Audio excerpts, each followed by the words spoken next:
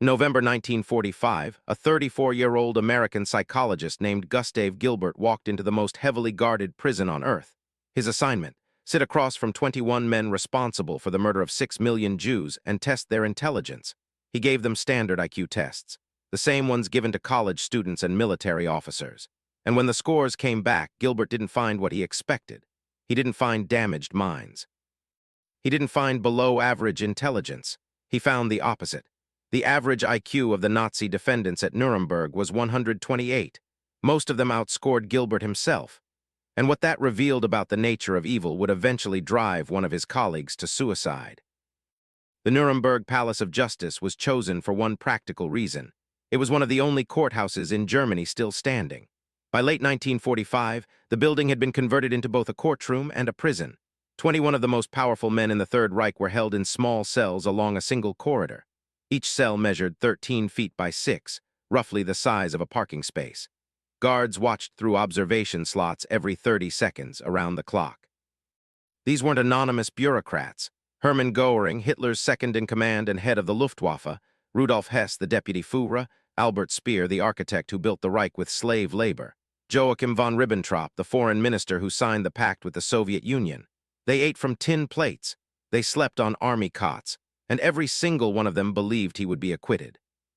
Into this corridor walked 2 Americans with clipboards, a stack of psychological tests, and one overriding question: what is wrong with these men's minds? Gustave Gilbert was a psychologist, fluent in German, Jewish, and quietly furious about what these men had done. His colleague, Douglas Kelley, was a psychiatrist from the University of California at Berkeley. Kelley was brilliant, ambitious, and convinced that science could explain anything, even genocide. Both men shared a hypothesis walking in: the Nazi leaders must be psychologically abnormal. There had to be something clinically wrong with people capable of orchestrating the Holocaust. Some deficiency, some pathology, something measurable in the data that would separate them from the rest of humanity. This wasn't just academic curiosity. The entire world needed an answer. If the Nazis were psychologically unique, if their evil was the product of broken minds, then the rest of us were safe. It meant that what happened in Germany was an aberration, a fluke of damaged psychology that could be identified and prevented. But if the tests came back normal, if these men were psychologically indistinguishable from everyone else, then the implication was far more terrifying, and that is exactly what happened. Gilbert administered the Wechsler-Bellevue intelligence scale, the gold standard IQ test of the 1940s. One by one, he sat across from each defendant and worked through the battery: vocabulary, arithmetic, pattern recognition, spatial reasoning. The results were staggering. H. Hjalmar Schacht, Hitler's economic minister, scored 143, near genius. Arthur Seyss-Inquart, the man who oversaw the brutal occupation of the Netherlands, scored 141. Hermann Goering scored 138. Karl Donitz, who commanded the U-boat campaign that killed tens of thousands of Allied sailors, also scored 138. Not a single defendant scored below average. The lowest in the entire group was Julius Streicher, the publisher of violently anti-Semitic propaganda, at 106, still solidly within the normal range. The group average came out to 128. That's nearly 2 standard deviations above the population mean. To put that in perspective, a score of 128 places you in roughly the top 3% of the general population. These men weren't just intelligent. They were significantly more intelligent than most of the people who would ever sit in judgment of them. Gilbert recorded the numbers without commentary. But the data spoke for itself. Whatever drove these men to participate in industrialized mass murder, it was not a deficit of intelligence. Of all the defendants, Hermann Goering fascinated the psychologists most. He treated the assessments like a performance. When Gilbert arrived at his cell with the IQ test, Goering reportedly smiled and said, "Well, let's see if I'm as smart as I think I am." He was. His score of 138 placed him in the top 1% of the population. But what disturbed Gilbert wasn't the number. It was the man behind it. Goering was warm. He was funny. He told stories about his childhood, asked about Gilbert's family, and displayed what any clinician would recognize as excellent social cognition. He understood the emotions of others with unusual precision. He could read a room. He could charm a guard 1 minute and intimidate a fellow prisoner the next.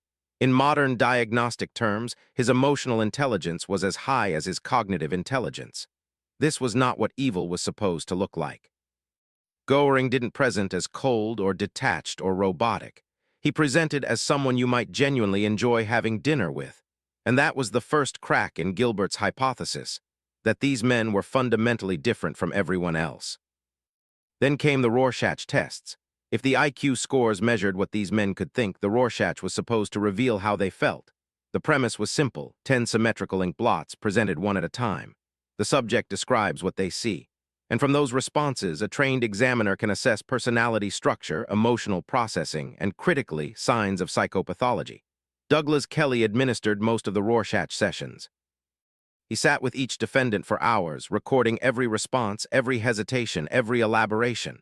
He was hunting for the signature markers of antisocial personality disorder, the clinical hallmark of people who lack empathy and genuine remorse.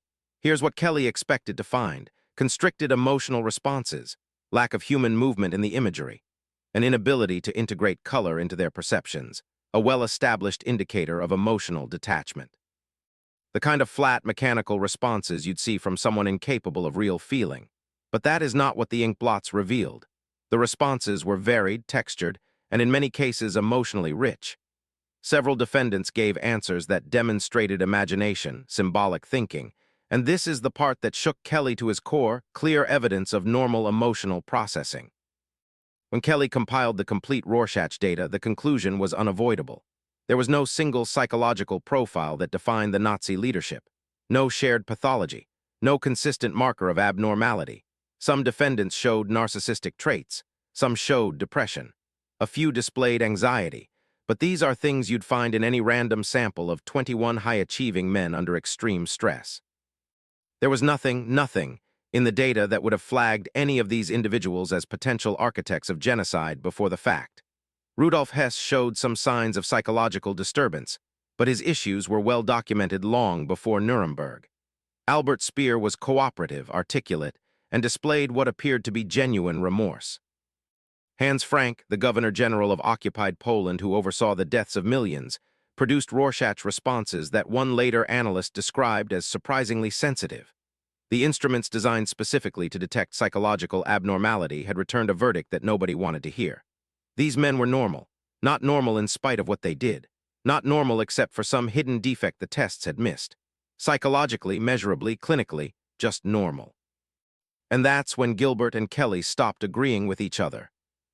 Gilbert and Kelley had walked into Nuremberg as colleagues. They walked out as intellectual enemies, and the disagreement between them was fundamental. It came down to one question: what do you do when the data tells you something unbearable? Gilbert chose reinterpretation. He spent the rest of his career arguing that the Nuremberg defendants were, in fact, psychologically distinct. He pointed to their extreme nationalism, their reflexive obedience to authority, their capacity for moral compartmentalization.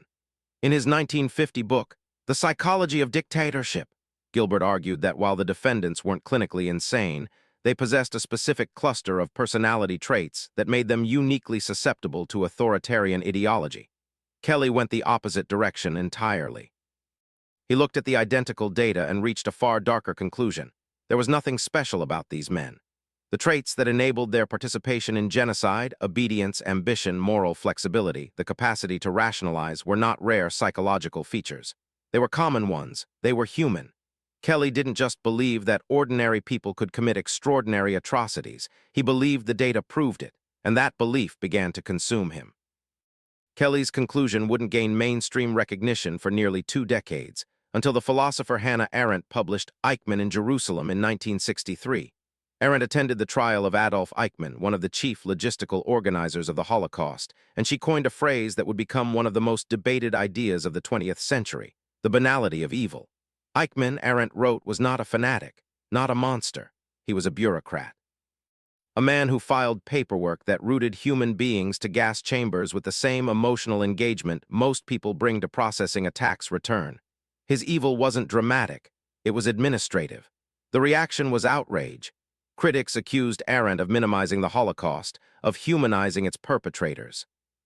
But Douglas Kelley had seen the exact same thing 17 years earlier, sitting across from 21 men in Nuremberg, watching their perfectly ordinary responses to Inkblots. The data from 2 separate investigations, decades apart, pointed to the same conclusion: the capacity for extraordinary evil does not require an extraordinary mind. It requires only ordinary psychology placed under extraordinary pressure. But here's what happened to the man who reached that conclusion first. After Nuremberg, Douglas Kelley returned to Berkeley. He became a prominent psychiatrist and criminologist. He appeared on television. He published papers. He consulted on high-profile cases. By every external measure, his career was thriving. But people close to him described a man who had been fundamentally changed by what he'd found. Kelley kept a cyanide capsule in his possession, one he had obtained at Nuremberg. Hermann Goering had used an identical capsule to kill himself the night before his scheduled hanging in October 1946, and Kelley had studied the circumstances of that suicide in forensic detail. Colleagues recalled that Kelley spoke about Goering with an unusual frequency, not with admiration, but with a kind of grim recognition. He had stared at the psychological data long enough to see himself in it, not in any specific act of cruelty, but in the terrifying normalcy of the profiles themselves. If these men were not aberrations, if their capacity for evil was simply a function of ordinary human psychology, then by definition, that same capacity existed in every person alive, including Douglas Kelley. That realization didn't just haunt him intellectually. It appears to have destroyed him from the inside out. On January 1, 1958, Douglas Kelley got into an argument with his wife at their home in Berkeley. The specific details of the dispute have been lost to history. What is known is that at some point during or after the confrontation, Kelley walked to where he kept that cyanide capsule, the same type that Hermann Goering had bitten down on 12 years earlier in a Nuremberg prison cell, and he swallowed it. He died in front of his wife and children. He was 46 years old. Whether Kelley's suicide was a direct psychological consequence of his Nuremberg findings is something no clinician can prove definitively. Depression is complex. Suicide is rarely reducible to a single cause, but the symbolism is extraordinarily difficult to dismiss. The psychiatrist who concluded that the Nazi mind was psychologically indistinguishable from any other human mind chose to end his life using the exact same method as the Nazi he had studied most closely. Kelley's death received almost no public attention at the time. His work on the Nuremberg Rorschach data faded from mainstream discussion for decades. But in recent years, researchers have gone back to the original data, and what they found confirmed everything Kelley always said. In 2017, a team of researchers reanalyzed the original Nuremberg Rorschach protocols using modern scoring methods developed decades after the tests were first administered. Their conclusion confirmed what Kelley had argued all along. The defendants' psychological profiles fell within normal range. There was no reliable method to distinguish their responses from those of a non-criminal control group. And this aligns with what we now understand from 70 years of additional research. Stanley Milgram's obedience experiments in the 1960s demonstrated that 65% of ordinary people will deliver what they believe are lethal electric shocks to a stranger, simply because an authority figure tells them to. Philip Zimbardo's Stanford prison experiment showed how rapidly normal college students adopt abusive behavior when handed institutional power and zero accountability. The lesson is consistent across decades of data, across continents, across methodologies. The line between ordinary person and perpetrator of atrocity is not a wall, it is a threshold, and the variables that push someone across it are not internal defects. They are situational, authority, ideology. Incremental moral compromise. The slow erosion of ethical boundaries that happens so gradually, most people never notice until they've already crossed. Gustave Gilbert spent years looking for what made the Nuremberg defendants different, and the one trait he ultimately identified wasn't psychopathy, it wasn't low empathy, it wasn't below-average intelligence. It was something far more common, a lack of moral courage. The inability to say no when every person around you is saying yes. That's not a clinical diagnosis, that's a warning for all of us. If this changed how you think about what makes ordinary people capable of terrible things, send it to someone who needs to hear it. And if you want to go deeper on the psychology, most people never stop to question, subscribe. We do this every week.